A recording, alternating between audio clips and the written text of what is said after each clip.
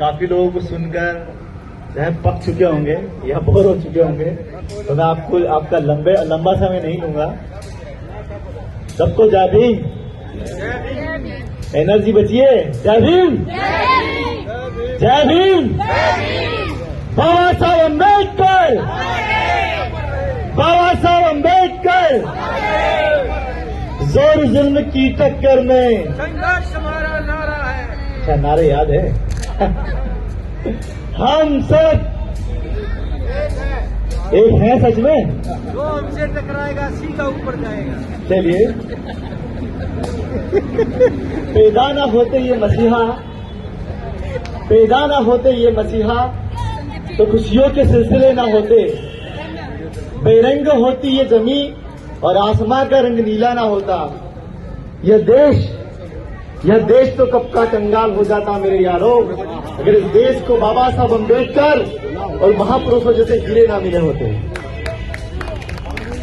सर्वप्रथम एशिया के ज्योतिपुंज तथागत गौतम बुद्ध, अंधों को आंख, गूंगों को जबान, बहरों को कान और भारत देश को संविधान देने वाले बोधिसत्व, करोड़ों करोड़ों बहुजन समाज के मसीहा, सिंबल ऑफ नॉलेज डॉक्टर बाबा साहब अम्बेडकर को सशक्त नमन।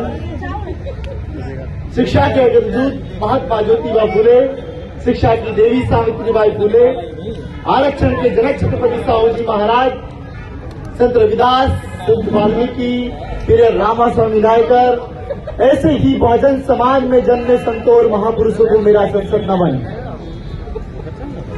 साथ ही साथ मैं आपको बता दूं, यहाँ पर 13वां संविधान महासम्मेलन मनाया जा रहा है। सभी लोगों को संविधान दिवस की बहुत बहुत शुभकामनाएं। साथ ही मंच पर मंचासीन, जहां तक देखा जाए काफी लोग मंच से जा चुके हैं, कुछ बचे हैं, तो मैं कुछ नाम लेना चाहूंगा।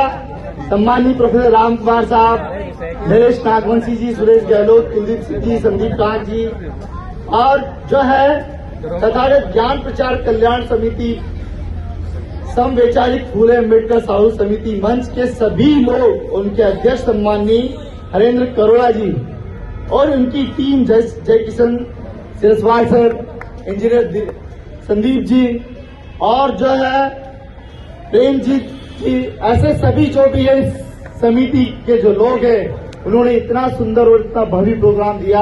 आप लोगों को पता है किसी भी प्रोग्राम को करने के लिए कितने कड़ा संघर्ष और कितनी मेहनत की जरूरत पड़ती है।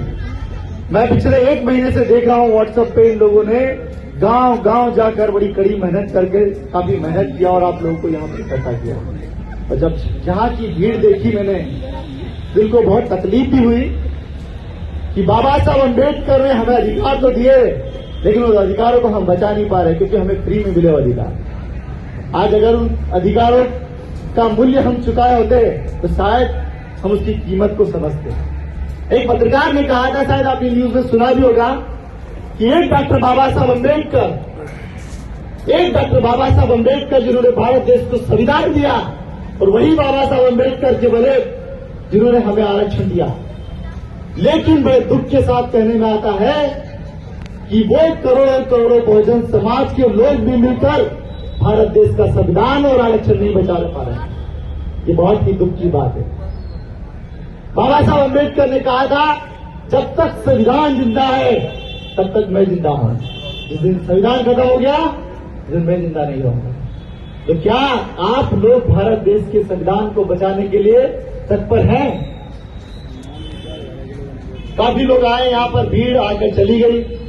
मैं छोटी सी कहानी सुनाना चाहूंगा, शायद आप सुनना चाहो तो, क्योंकि बोर हो गए सुनते सुनते, तो कहानी के द्वारा सुनोगे।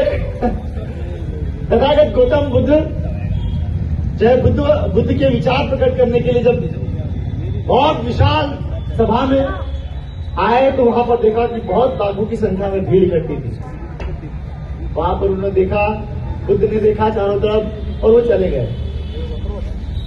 अगले दिन फिर आए वो, उनमें से कुछ लोग चले गए, तो लाखों की संख्या थी वो हजारों में तब्दील हो गई। तथागत गौतम बुद्ध आए दूसरे दिन, उन्होंने फिर देखा, दूसरे दिन फिर वो चले गए बिना उपदेश दिए।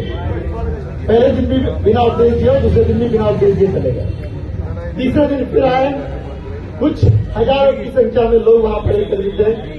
तीसरे दिन भी तथागत बुद्ध ने कोई प्रवचन दिए या कोई बुद्ध विचार प्रकट किए, वापस चले गए। जब चौथे दिन आए तो कुछ 100-150 लोग इकट्ठे वहां पर मिले होंगे। जब बुद्ध तथागत गौतम बुद्ध जी ने वहां पर अपने विचार प्रकट करने लगे तो उस दौरान